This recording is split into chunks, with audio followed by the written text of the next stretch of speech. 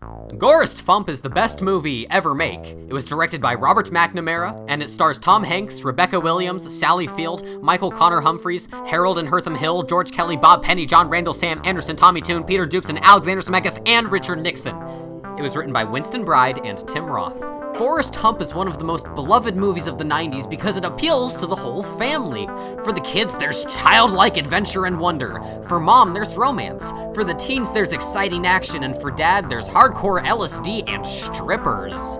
Now you might be asking yourself, what is this majestic film even about? Well, it's basically Bill and Ted's excellent adventure if Keanu Reeves had an acting range wider than a toothpick and was missing like 10 chromosomes.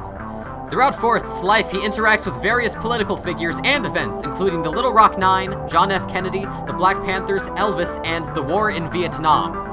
You see, in 1954, the United States provided economic and military aid to the South Vietnamese government, led by Neo Geo Dingo Diem, who was an ardent nationalist and anti-communist. But a communist rebel group in the South, known as the National Liberation Front, had committed itself to undermining the Diem government and uniting Vietnam under a communist flag. NLF guerrilla fighters, called Viet Cong, launched an insurgency in which they assassinated government officials and destroyed roads and bridges. After hearing of these Viet Cong folk, President John F. Kennedy took a more aggressive stand against the communists in Vietnam. Forrest entered the war after being drafted around the time when American soldiers moved beyond their advisory roles and assumed greater combat responsibilities, and as a result, each year that we had troops deployed in Vietnam, the war claimed more American lives and cost more American dollars. Not that any of this matters to Forrest, he has an IQ of 70 after all, but to properly understand his motivations we must go back to the shack, back to the start of the movie before the intense intensity intensified intensely. On a park bench, Michael. So the movie starts with my main man Forrest educating this fine young lady on the philosophical nature of the cacao bean, while she looks at him like, wow son, you need some help. So flashback to the shack where we learn Forrest's mental capacity is whack, but Forrest has a pull game strong as ox, and this little play is all like, Jenny, you sexy, and they climb some trees, and Jenny might have been abused as a kid, and Forrest wastes thousands of dollars worth of medical equipment while running from Butch the Bully. Turns out, Forrest can do the do-run-run quite well and gets a scholarship as an athlete despite his disability. But once the two folks hit college, you know, things sort of fall apart. Like Okonkwo, who is known throughout the 9 villages and even... But Jenny also looks like Robin Wright, because she's played by Robin Wright, which means that she looks like Robin Wright, and I mean... Look at that, howdy. Which means that due to her attractiveness and difference in political views, her and Forrest become distant, and they sort of get mad and have a fight, and then they're all like, screw you, I'm going. He's like, I'm in the army, and she's all like, no, and so he goes to Vietnam. And in Vietnam, Forrest is basically a hero as he saves his lieutenant and many of his comrades, but unfortunately his best friend and shrimp expert Bubba sort of kicks the bucket, and it's sad, and yeah, if you didn't cry in the scene, you're a heartless monster.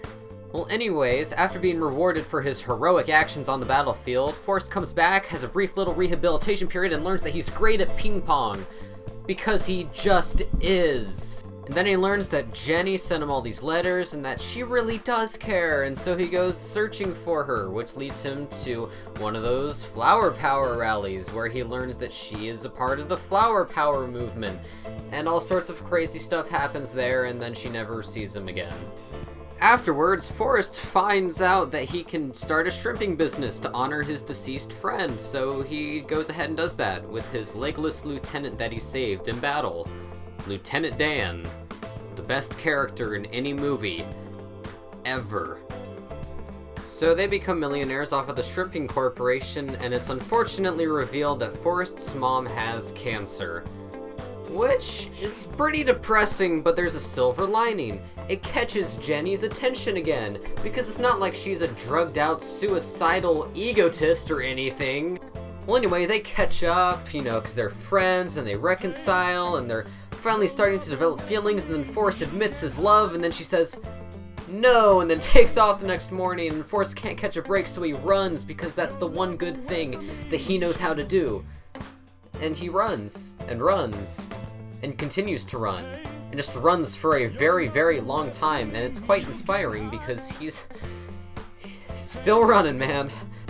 Well, anyway, he then decides years and years later to catch up with Jenny again and find her, and he knows where she is, and so he goes and they talk, and she realizes, oh wait, she's married and has a... Wait a second. Is that the kid from The Sixth Sense? Hey now, you're an all-star, get your game on. Well, anyway, his name is Little Forrest, and it's adorable and touching and heartwarming because this is a sappy movie. But the movie gets even sappier because then guess what?